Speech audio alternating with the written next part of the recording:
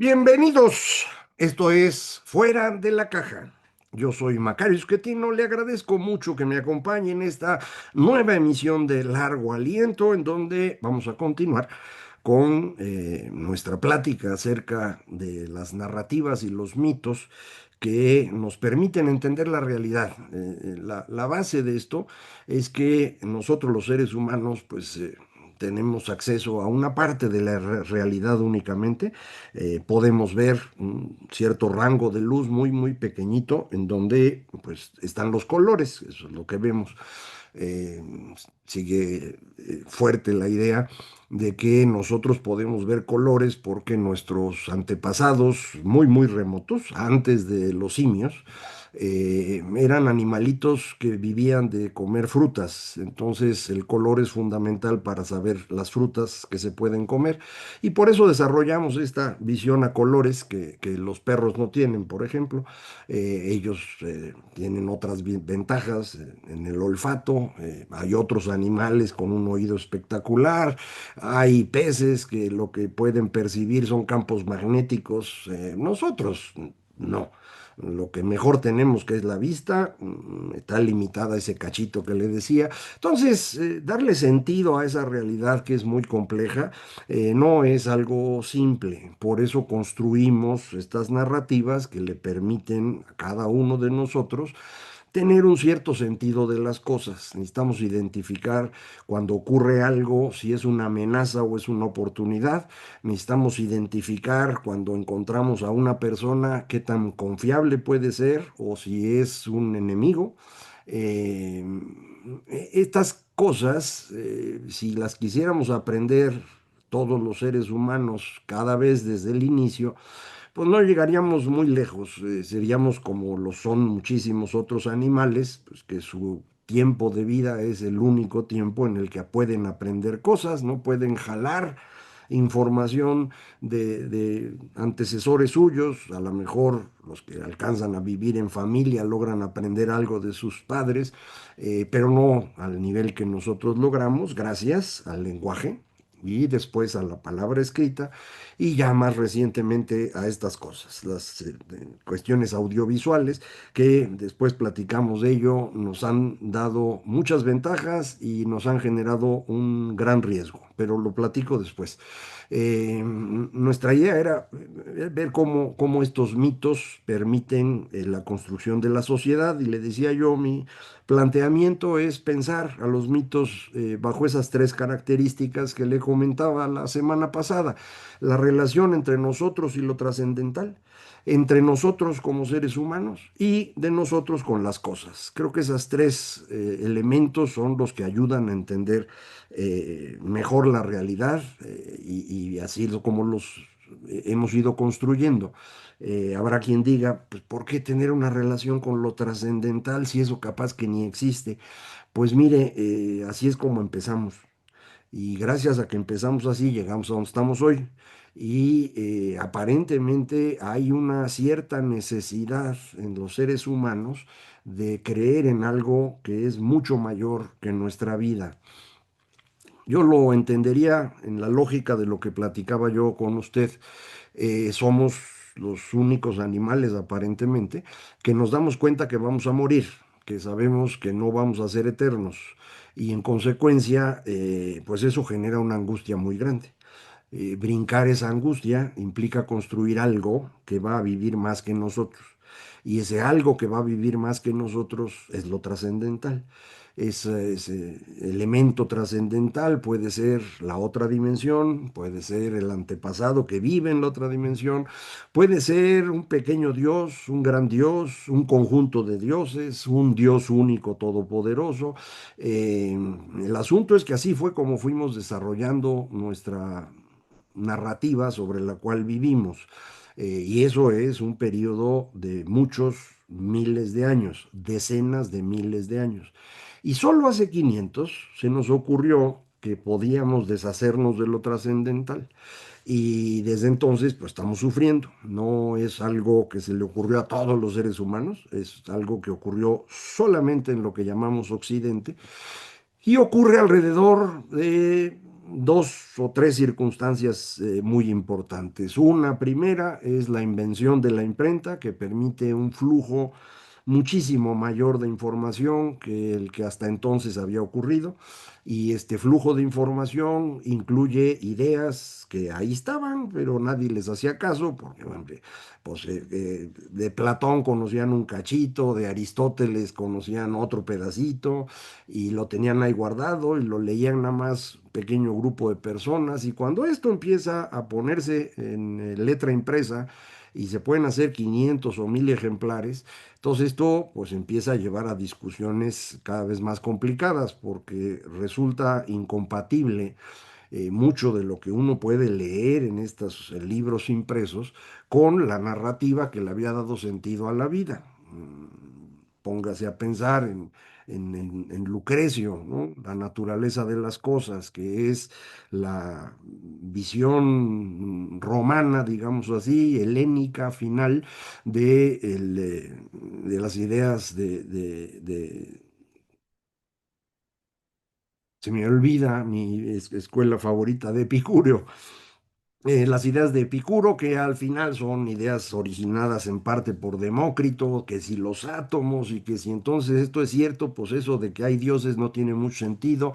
Acuérdese usted que en la época de los filósofos griegos, que tanto celebramos, varios de estos pensadores no coinciden con las religiones que en ese momento existían. Es la razón por la cual acabaron ejecutándose a Sócrates, por ejemplo. Otros filósofos fueron más cuidadosos de no andar diciéndolo en público, pero no tenían así como mucha referencia por los dioses. Ellos habían encontrado explicaciones más sencillas de la vida real, digámoslo así, que no necesitaban a Dios. Pero bueno, si uno lo dice eso en público en esas épocas, pues la cosa se ponía fea. Y en prácticamente cualquier época, insisto, menos en los últimos 500 años. Entonces, una circunstancia es este gran crecimiento de las ideas, merced a la imprenta.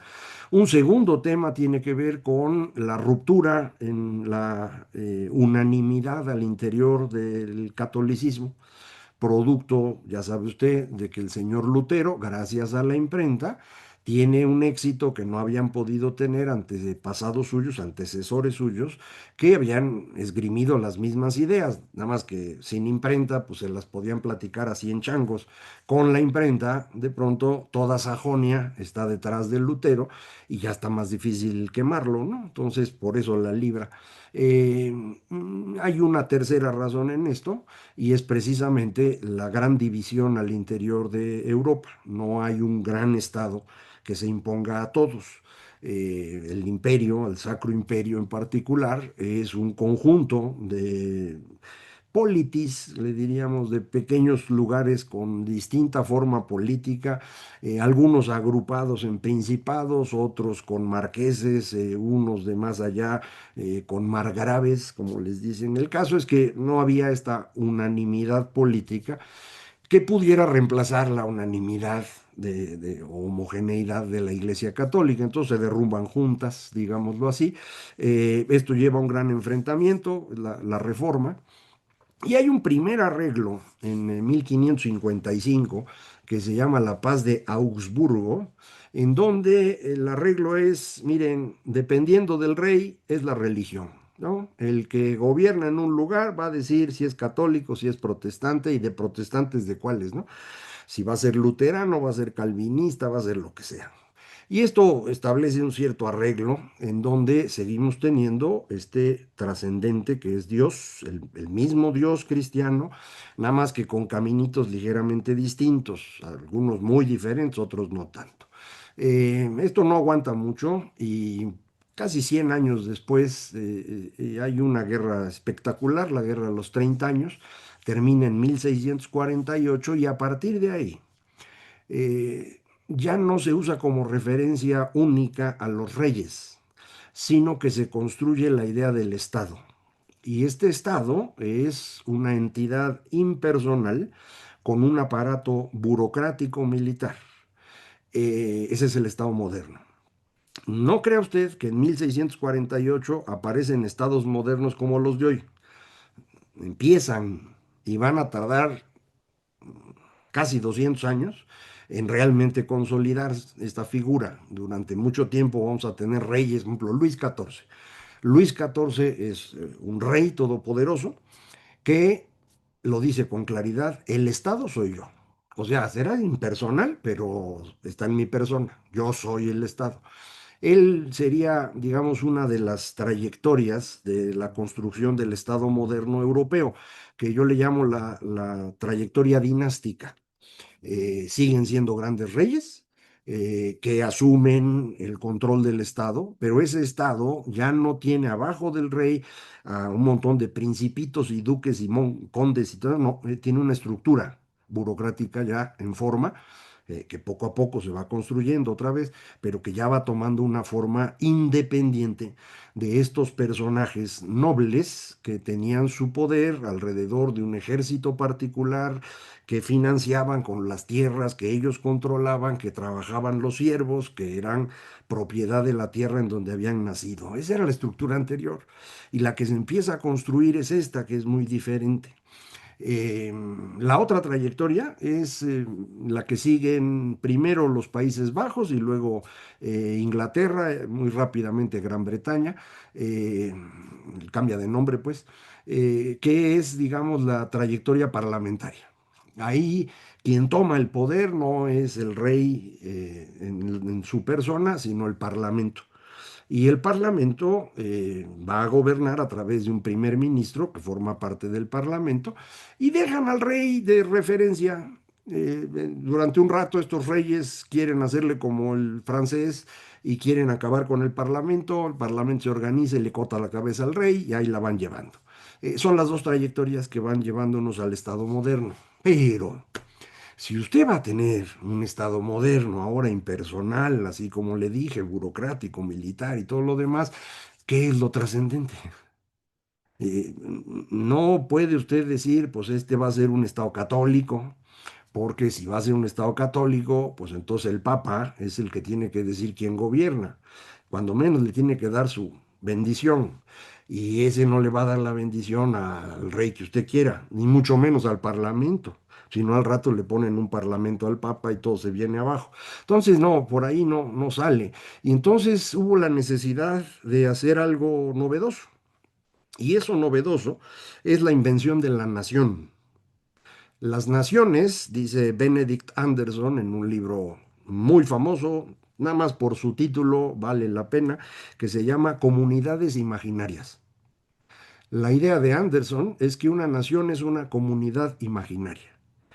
Vamos a formar parte de la comunidad, no porque realmente seamos parte de la comunidad, sino porque nos vamos a imaginar eso. Y lo vamos a imaginar alrededor de un cuento. No forman las naciones alrededor de un idioma común, no se forman alrededor de una misma religión, no se forman alrededor de una misma etnia, no, se forman alrededor de una historia que se tiene que inventar para darle sentido a esa nueva agrupación política o esa polity que se está fundando. Estas narrativas que vamos a empezar a construir, pues necesitan, como las otras que le había yo comentado, como todas las narrativas que le dan sentido a la vida en sociedad, necesitan estas tres cosas: la relación con lo trascendental, la relación con los demás, la relación con las cosas. Y entonces necesitamos inventar algo trascendental, que es la nación misma. Esta nación surgió porque eh, tiene su origen en los grupos que vivían en esta región, que se defendieron de la invasión de los romanos. Eso van a decir las narrativas inglesas o británicas. Y los españoles van a construir una narrativa alrededor de la reconquista. Estamos recuperando las tierras cristianas de la península ibérica de manos del moro, del invasor. Oiga, es que los que estaban antes de los moros, pues no eran exactamente católicos, eran, pues al final ya cristianos, pero de una herejía, eran arrianos. No, usted no se fije en detalles. La verdad es que eran cristianos, llegaron los moros, se los comieron y ahora nosotros vamos a recuperar el terreno y este es el mito fundacional. Entonces, cada nación tiene que ir construyendo esto y tiene que darle a la nación misma ese sentido de trascendencia, que no es nada simple. Para los seres humanos parece algo natural asociar lo trascendente a características divinas, cosas que tienen que ver con vida después de la muerte, ya sea en un lugar muy particular, sea regresando en otro cuerpo, sea yendo a formar parte del gran alma del universo, como usted quiera, pero esa parte tiene cierto sentido para los humanos, por eso lo inventamos así desde el principio. Y eso de creer en la nación sí se pone un poco más complicado, no está tan sencillo convencer a las personas, pues, de que la nación es lo único trascendente.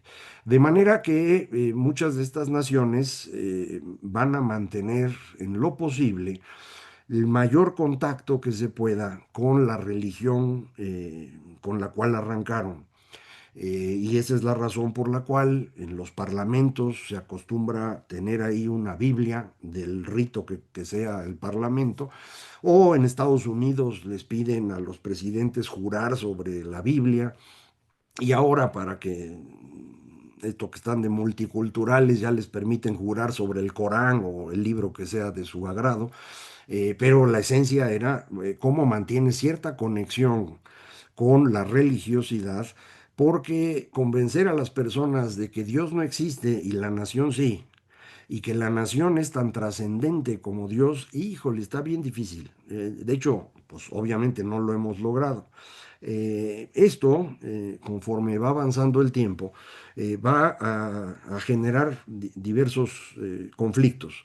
Eh, Déjeme plantearle las otras dos relaciones que son parte del cuento. Primero, la relación con los demás. Desde el cristianismo en Europa se genera la idea de que todos somos iguales y por lo tanto no se permite la compraventa de seres humanos. La esclavitud es inaceptable.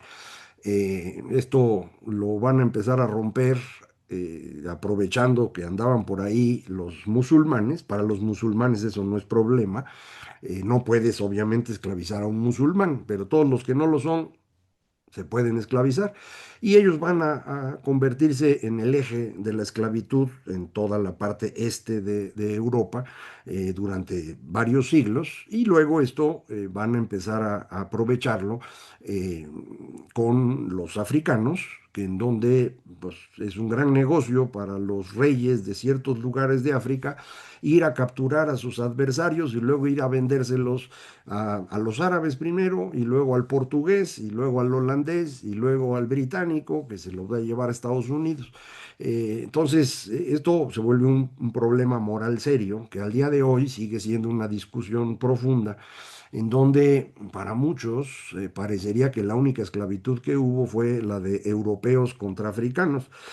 Obviamente no es así, ¿no? Esto es un fenómeno, insisto, que viene desde el primer milenio antes de Cristo y todavía en siglos recientes y hasta el día de hoy es algo que existe en varias partes de Asia, en particular en el Islam y también en China. Entonces, bueno, esto no crea usted que es una cosa tan fácil como decir que la esclavitud es la gran culpa de Occidente. Es una culpa sin duda, pero no es nomás Occidente y hay que tomarlo con cuidado. El cristianismo nos dice entonces todos somos iguales.